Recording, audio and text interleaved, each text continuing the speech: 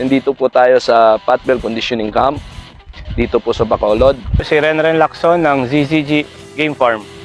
Ako po si Bobby Romel Antonigi Orbista ng Brayo Game Farm.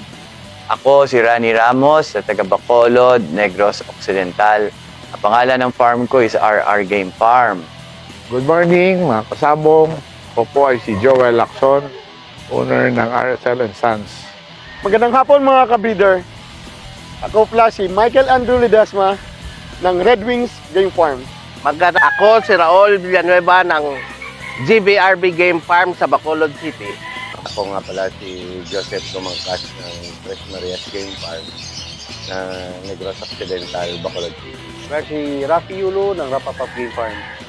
Ako po si Obet Lopez ng Kampay Game Farm at ito po yung handler kong si Ariston Villarosa.